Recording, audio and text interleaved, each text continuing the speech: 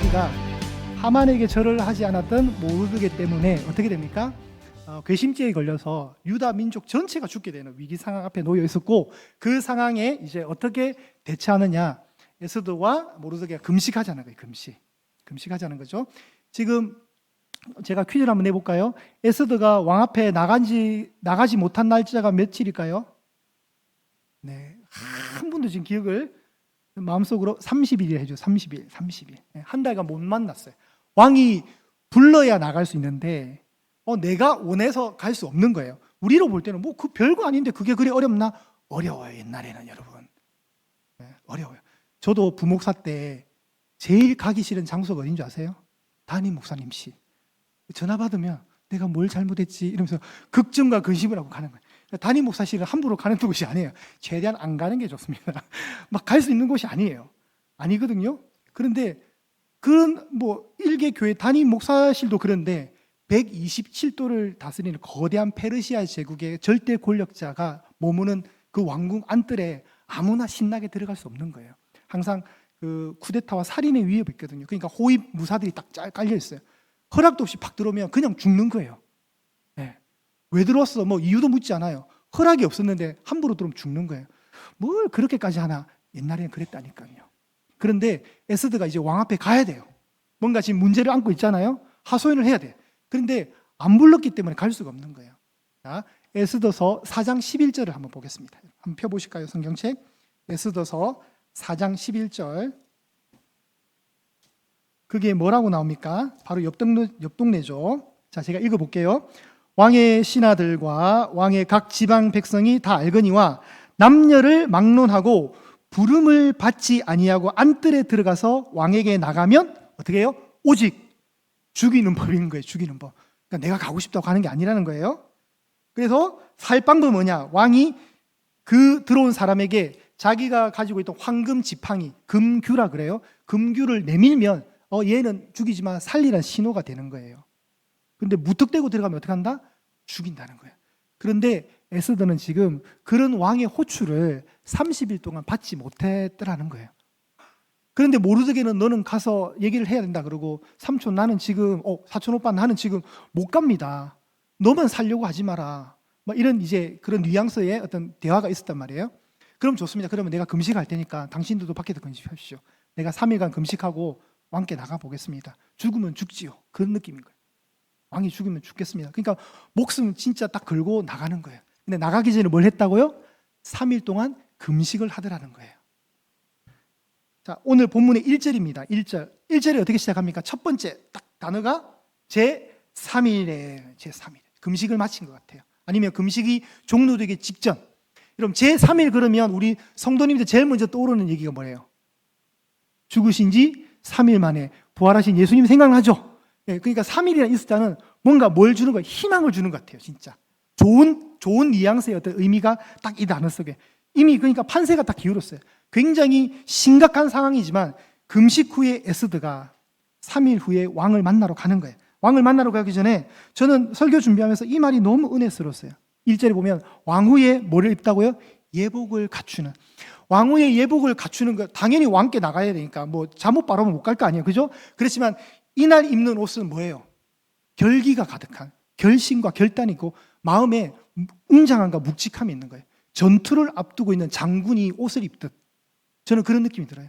여러분 제가 주일날 설교하러 올 때 이 모습으로 온단 말이에요. 아침에 사모 깨워서 이게 고데기 머리예요. 고데기 머리. 여러분 이게 그냥 자연산이 아니에요. 제가 평일에 저를 만나는 우리 권사님도 보면 오늘 담임 목사님 머리가 왜 저렇지? 원래 그래, 원래 제 머리 스타일이.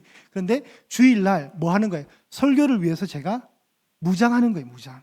그래도 예쁘게 보이려고.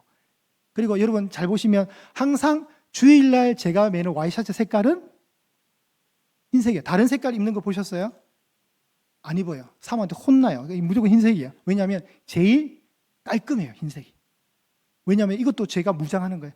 제 설교 원고에 여러분 항상 이 첫째 줄, 둘째 줄에 뭐라 써있냐면 제가 읽어볼게요. 하나님 이 설교에 하나님 마음 담게 해주십시오. 하나님 이 설교에 예수님이 계셔 주십시오. 하나님 이 설교에 성령님의 치유하신 거 회복 있게 해주십시오. 은혜가 필요합니다. 도와주소서라고 적혀있습니다. 뭐예요? 저의 무장이에요. 무장. 저의 결기예요. 그냥 서지 않는 탁 무장이에요. 왕후 에스더가 왕후의 예복을 딱 갖추는 그 한날에 많은 고민들과 두려움도 있었을 거예요. 나 가면 진짜 죽을 수도 있는데, 왕이 부르지도 않았는데 내가 가는데, 그러나 그는 뭔가 확신도 있었을 것 같아요. 하나님이 이대로 두지는 않을 거다. 두려움 반, 기대 반. 어떻게 될 줄 모르죠, 결과는. 그리고 드디어 이제 왕 앞에 갔습니다.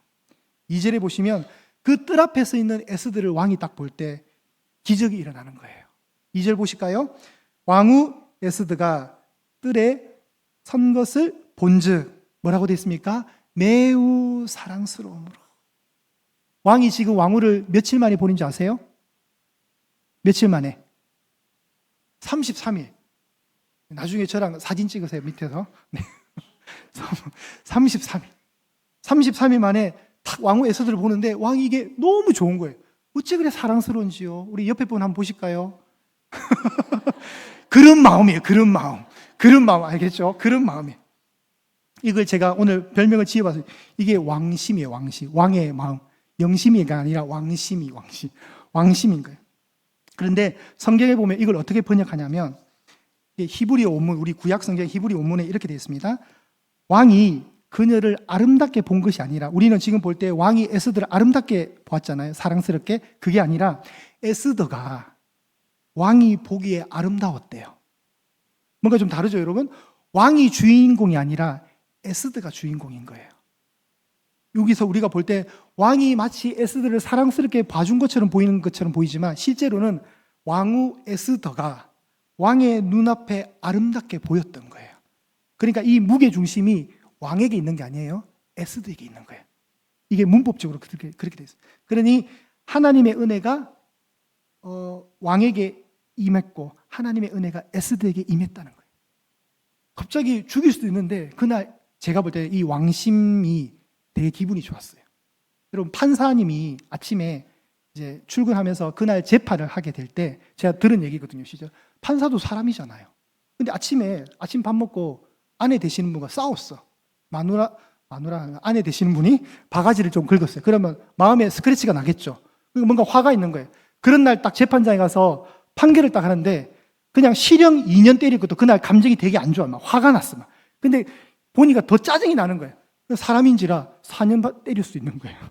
2년만 받을 수 있는데 집행유예 6개월이면 집행유예 2년도 때릴 수 있는 거고, 2년짜리가 4년 되고 4년짜리가 6년이 될 수 있는 거예요. 그건 사람인지라 그런 거예요. 그날 컨디션이 좋아야 돼요. 오늘 제 컨디션이 어떻게 보이세요? 꼭 그런 건 아닌데 좋아 보이죠? 그런 거예요. 기분이라는 게 사람이 그렇잖아요. 근데 그날 하나님의 은혜가 임했어요. 왕이 기분이 좋았던 거예요. 그냥 좋으니까 에스더가 나타나니까 또 좋은 거예요. 그냥 이게 만약 기분이 나쁘고 막 아침부터 막 화가 나는 일이 있었으면 그날 에스더 나오면 안 돼요. 그런데 우리에게는 뭐가 있었습니까? 금식 기도라는 무기가 있었던 거예요. 하나님을 향했던 그 간절한 마음, 그게 효력을 발휘했다고 저는 생각을 해요. 자, 왕 앞에 나갑니다. 에스더가 탁 섰는데 너무 예뻐 보였어요. 그러니까 이 왕이 뭐라고 합니까? 네가 소원이 뭐냐? 벌써 소원을 묻는 거예요. 에스더가 물어야 되잖아요, 지금. 왕이요, 제가 소원이 있는데 제 말을 좀 들어달라는 게 아니라 누가 먼저 얘기하는 거예요? 왕이 얘기하는 거예요. 그래서 하는 말, 나라의 절반 줄게. 3절 보세요. 무엇을 요구하느냐? 나라의 절반이라도 그대에게 주겠다. 여러분, 실제로 준다는 거 아닙니다. 이건 관용어입니다. 우리도 입이 10개라도 할 말이 없다, 이런 말들 우리가 쓰는 관용어예요. 그냥 왕의 위신에 맞는, 실제로 예수님 때도 헤롯 안티파스라는 왕이 춤추는 거 너무 좋아해가지고 내가 기분이 너무 좋아. 자기 생일날 너 뭘 원하냐? 내가 나라의 절반을 줄게 할 때 세례요한의 목을 그래 되는 일이. 그러니까 이런 거는 왕들의 어떤 하나의 허세이자 관용 문구인 거예요. 그러면서 이제 4절에 에스더가 뭐라 얘기하냐면, 오늘 내가 왕을 위해서 뭐를 배설합니까? 잔치를 배설하고 있는 거예요. 잔치. 여러분, 에스더서의 내용이 뭐라 그랬어요? 잔치로 시작해서 잔치로 끝나고 온통 잔치 이야기라 그랬죠. 또 잔치가 베풀어지는 거예요. 왕이 좋게 여기시거든 하만과 함께 와달라는 거예요. 하만과. 여러분, 하만이 누굽니까? 절대 권력자 2인자예요. 이 거대한 페르시아 제국의 왕이 자기 다음으로 높인 사람이에요. 자, 11절에 보십시오. 11절에 보시면 자기의 큰 영광과 자녀가 많은 것과 왕이 자기를 들어 왕의 모든 지방관이나 신하들보다 높인 것. 지금 하만의 위치가 이 정도인 거예요. 왕 이외에 페르시아 제국에 하만만큼 높은 사람이 없어요. 최고 절대 권력이에요. 그 사람은 영광도 있었고 자녀도 많았대요. 재산도 여러분 지난번 보셨죠? 430원조 가지고 있었잖아요. 그런 거대한 사람, 최고의 권력가고 교활한 자예요. 능수능란한 정치가예요. 그런데 이런 불편한 하만을 누가 상대해야 돼요? 지금 에스더가 상대해야 돼요. 이 싸움이 쉬운 싸움이 아니에요, 지금. 그렇죠? 그런데 하나님이 금식 이후에 어떤 마음을 주셨는지 지혜를 주셨어요. 에스더가 이 상을 어떻게 상을 끌고 오냐면 잔치를 베풀겠습니다. 그리고 왕을 위한 잔치만 아니라 하만도 동석해 주십시오. 하만을 위해서도 잔치를 베풀겠습니다. 그래서 잔치를 베풀겠다는 거예요. 그러니 기분이 좋았겠죠? 자, 5절입니다. 하만도 오게라는 말에 하만이 급히 또 왕이 불러서 하만이 옵니다. 하만도 너무 기분이 좋았겠죠. 왕후가 배설한 잔치에 아무도 없고 왕과 자기만 오니 얼마나 기뻤겠어요. 그리고 이제 6절에 보시면 술을 이제 마시고 있는 겁니다. 술을 거하게 먹으면서 술을 마실 때 왕이 또 에스더에게 말합니다. 야야, 너의 소청이 뭐냐? 네가 뭘 요구하느냐? 묻는 거예요. 따뜻한 말로. 내가 나라의 절반이라도 줄게. 또 얘기하는 거예요. 또. 왕은 가볍게 묻습니다. 어떠면 그렇죠. 가볍게 뭐든지 할 수 있으니까 가볍게 묻지만 이 물음에 대해서 에스더는 가볍게 대답하지 않는다는 거예요. 갑자기 생각나는데 하지 않고 대답을 좀 지연시킵니다. 7절에 보시면 나의 소청, 나의 요구는 이러합니다. 8절 보실까요? 내가 만약에 왕 앞에 은혜를 입었으면 내 소청을 허락해 주시고 내 요구를 들어주십시오. 내가 왕과 하만을 위해서 다시 또 잔치를 베풀겠습니다. 내일 또 와 주십시오. 이 말이에요, 지금. 한 번 더 내일 잔치를 할 테니까 그때 내가 말씀하겠습니다. 내일은 왕의 말씀대로 하리이다. 뭐냐면 뭘 요구하는지 물었으니까 내가 그때 답변을 드리겠습니다. 라는 겁니다. 밀당이죠, 밀당. 지금 주도권이 누구에게 있습니까? 여러분, 왕에게 있는 것 같아요. 지금 에스더에게 온 것 같아요. 주도권이. 에스더에 온 것 같죠? 하나님의 은혜죠. 이 불편한 모든 상황을 에스더가 지금 감당해내고 있습니다. 이제 내일도 오라는 이 말에 하만이 너무 기분이 좋았죠. 막 기분이 좋았을 겁니다. 이제 왕궁문 나갑니다. 근데 누굴 봤어요? 자, 9절에 보시면 이 즐거운 마음에 찬물을 팍 끼얹는 또 한 사람, 속된 말로 재수 없는 한 인간을 만난 거예요. 누구였어요? 너무 죽이고 싶은 모르드게가 있어요. 모르드게가 지금 대궐문에 엎드려 있었어요. 몸도 꼼짝하지 않고 일어나지도 않고 모른 척하고요. 그러니까 또 어때요? 매우 또 화가 나는 거예요. 하만은. 그런데 10절에 참아서 집에 돌아옵니다. 그리고 그의 친구들과 아내를 불러서 자기가 지금 당한 이 감정을 얘기를 하는 거죠. 내가 지금 이 국가 2인자인데 왕후도 나한테 잔치 오라고 하는데 내가 지금 이렇게 기분이 좋은데 대궐문에 앉아있던 저 유다 사람 모르게 때문에 내 지금 기분이 지금 완전 엉망이 되었다 이거예요. 지금 감정을 호소하는 겁니다. 그래 할 때 참 어리석게 보이는 마치 모사들과 같은 그런 사람이, 척사들 같은 사람들이 뭐라고 합니까? 14절에 보시면 그들이 내는 아이디어가 높이가 50규빗 되는 나무를 세워서 저기에 누구를 죽이자? 모르드게를 매달아서 죽이자는 거예요. 여러분, 한 규빗, 50규빗이라고 그랬죠. 한 규빗은 우리 손 중앙 가운데 손가락 끝에서 팔꿈치까지 길입니다. 이게 이제 길이의 척도였거든, 과거에. 그러니까 45cm가 50개가 붙은 거예요. 그러면 한 23m 정도가 돼요. 우리 아파트 기준으로 한 8층 높이가 되는 거예요. 사람을 매다는데 무슨 8층 높이의 막대기 있어요. 그럼 그 막대기가 어때야 돼요, 여러분? 굉장히 커야 되고 무게 중심도 맞죠? 탄탄해야 되겠죠. 뭐 대충 막대기가 아니에요. 이거 뭐 소나무 같은 대나무 같은 거 아니란 말이에요. 그런 막대기를 28m짜리, 23m짜리 만들자는 거예요. 뭘 하겠다는 거예요? 그 당시 페르시아 제국에서 누구나 볼 수 있는 높이 달자는 거예요, 지금. 그러니까 한 사람에 대한 분노 게이지가 높이만큼 온 거예요, 지금. 하만이. 그렇게 죽이고 싶었던 거예요. 그리고 이제 이야기는 끝이 납니다. 하만이 그 말을 좋게 여기고 나무를 세웁니다. 자, 지금도 우리가 많은 학자들이 그래요. 에스더를 보면 왜 에스더가 첫날 잔치 때 얘기하지 않고 둘째 날까지 끌고 가는가? 그 이유는 사실 안 나와요, 사실은. 여러분, 잔치가 1장에 보시면 6개월간 잔치가 벌어졌죠. 180일간. 그리고 두 번째 잔치는 백성을 위해서 7일간 벌어졌죠. 그 7일날 두 번째 잔치 때 일이 터지잖아요. 와스디 왕후를 불러냈는데 와스디 왕후가 안 오게 되고 폐위당하잖아요. 오늘도 보면 첫 번째 잔치는 넘어가요. 두 번째 잔치 때 어떤 일이 벌어져요? 이제 하만이 죽게 되거든요. 그러니까 이것도 비슷해요, 지금. 잔치의 이야기 속에 하나님이 딱 이게 뭔가 심어 놓으신 것 같아요. 두 번째 잔치 때 뭔가 일이 터질 거예요. 모르드게가 죽어야 될 자리에 그 나무는 누구를 위해 준비된 겁니까? 결국은 하만을 위해서요. 이게 우리가 에스더서를 읽으면 알잖아요. 이제 이야기가 이렇게 진행되는 거예요. 자, 첫 번째 페이지 올려줄까요? 오늘 설교 제목이 처신입니다. 1절과 2절에 보시면 에스더의 담대한 처신이 나오고요. 3절과 8절에는 에스더의 신중한 처신이 나옵니다. 그리고 나머지 9절부터 끝나는 14절까지는 하만이 대응하는 교만한 처신이 나와요. 처신이 뭐예요, 여러분? 몸가짐 행동을 하는 거잖아요. 오늘 성경에 이게 딱 들어가 있는 거예요. 에스더에게는 있고 하만에게 없는 게 뭐예요? 하나님의 손길이에요. 지금 하만이 참 이 성경이 재밌는 것 같아요. 하루가 더 지연되면서 일어나는 일이 뭐냐면 성경에 보시면 뭐가 있어요, 여러분?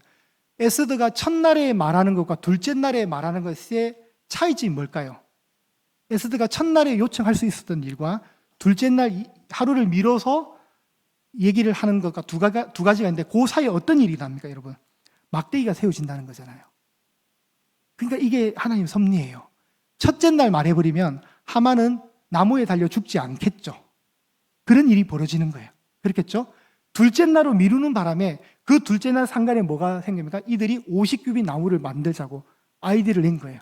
그래서 아이러니하게도 자기가 만들어 놓고 자기가 죽게 되는, 하나님이 그렇게 만들어 놓은 거예요, 지금. 하나님의 솜씨. 여러분, 세상의 권력이 참 힘듭니다. 그죠? 세상의 권력이 무서워요. 권력이라는 건 정말 사람을 죽일 수도 있고 살릴 수도 있잖아요. 그러니까 사람들이 다 권력을 가지려고 하죠. 그런데 오늘 보면 참 약하디 약한 이 한 여인의 지혜를 통해서 세계 최강의 권력자와 지금 싸우는 거예요. 하나님이 근데 조용히 숨어 계시지만 모든 걸 지금 끌고 가신다는 거예요. 무엇보다도 첫 번째가 뭐였어요? 왕의 마음을 움직여 주시는 하나님의 은혜가 있었잖아요. 그날 너무 컨디션이 좋았어요. 왕심이 좋았던 거예요. 왕심. 그 좋음을 가지고 일이 진행되는 거예요.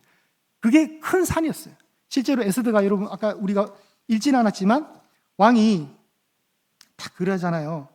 2절에 보시면 에스더가 가까이 가서 금규, 그 황금 지팡이를 딱 내미니까 살짝 만지잖아요. 안 죽는다는 거예요. 안 죽는다는 거예요. 한 고비를 넘겼어요. 내가 죽으면 죽으리라 하고 갔는데 안 죽었어요. 그리고 이제 왕이 먼저 신이 나가지고 너 소원이 뭐야? 막 묻는 거예요, 지금. 이런 상황에 누가 다 하시는 거예요? 하나님이. 그래서 이런 걸 우리가 다 은혜라고 하는 거예요. 은혜. 여러분, 여러분의 삶 속에 이런 은혜가 있기를 정말 축복드립니다, 여러분. 우리가 이런 은혜 없으면 못 살아요, 여러분. 위기 상황, 세상의 거친 풍랑과 그 바람 앞에 풍전도와 같은 우리 인생들이 많잖아요. 벼랑 끝으로 몰리는. 근데 그런 은혜를 하나님이 주셔야 돼요. 그런데 하나님은 그 은혜를 주신다는 거예요. 제가 예배 전 읽었던 성경 구절이 있는데 시편 107편입니다. 광풍을 고요하게 하사 물결도 잔잔하게 하시는도다. 이게 바다에서 풍랑을 만난 선원들의 이야기거든요. 성경에 딱 나와요. 풍랑이 엄청 부니까 배가 하늘로 솟구친대요. 성경에 딱 나와요. 그리고 이제 올라가서 내려와야 되죠. 깊은 곳으로 내려 꽂는데요. 그런 위협을 통해서 그 배에 탔던 영혼들이 녹는데요. 성경에 딱 그런 표현이 나와요. 이리저리 구른대요. 취한 자처럼. 성경에 그대로 언급이 되어 있습니다. 그렇게 할 때 그들의 지각이 혼돈에 빠졌다고 성경이 묘사를 합니다. 정말 엉망인 거예요. 막 풍랑을 만나니까 배에 탔던 사람들이 막 우왕좌왕. 그런데 하나님이 그 고통의 부르짖음에 응답을 하실 때 잠잠해지더라는 거예요. 고요해지더라는 거예요. 그리고 그들이 평온함을 인하여 기뻐하는 중에 어느덧 소원의 항구. 옛날에는 진짜 소원의 항구였거든요. 오늘 성경에는 번역이 바뀌었어요. 바라는 항구로 왔는데 이거 소원의 항구로 바꿔야 돼요. 소원의 항구로 하나님 배를 딱 항구에 딱 정박을 시켜주더라는 거예요. 이게 우리 인생이에요, 여러분. 여러분 안에 어려움이 있습니다. 저는 근데 그래서 여러분이 에스더스를 통해서 여러분의 삶 속에 이런 위로가 있었으면 좋겠어요. 이런 말씀들 많이 묵상하십시오. 이게 아주 오래된 과거의 기록이지만 하나님 말씀이거든요. 이 말씀이 오늘 우리에게 왜 적용이 안 될까요? 적용될 수 있죠. 삶의 아픔이 있고 물결치는 광풍이 있는 그런 시끄러운 상황 속에서도 여러분이 하나님의 이런 위로하심이 있었으면 참 좋겠습니다. 인생이 쉽지 않지만 그 위로하심. 그래서 우리에게도 처신이 필요합니다. 우리에게도 몸가짐. 어려움을 겪으시면 그냥 무너지지 마시고 하나님 앞에 엎드리시면 됩니다. 그걸 금식이라는 표현을 우리가 나오고 제3일에 하나님은 새로운 일을 행하셨던 거예요. 제3일 금식의 끝날 왕 앞에 나가서 아마 3일간 9끼를 굶었으니 얼굴이 그렇게 빛이 나진 않았을 것 같아요. 근데 그 불편한 얼굴 기색을 보면서 왕이 먼저 마음이 움직여서 에스더를 배려하는 하나님이 하시는 거죠. 천하 제일의 권력자 그 왕도 하나님이 만지시면 다 된다는 거예요.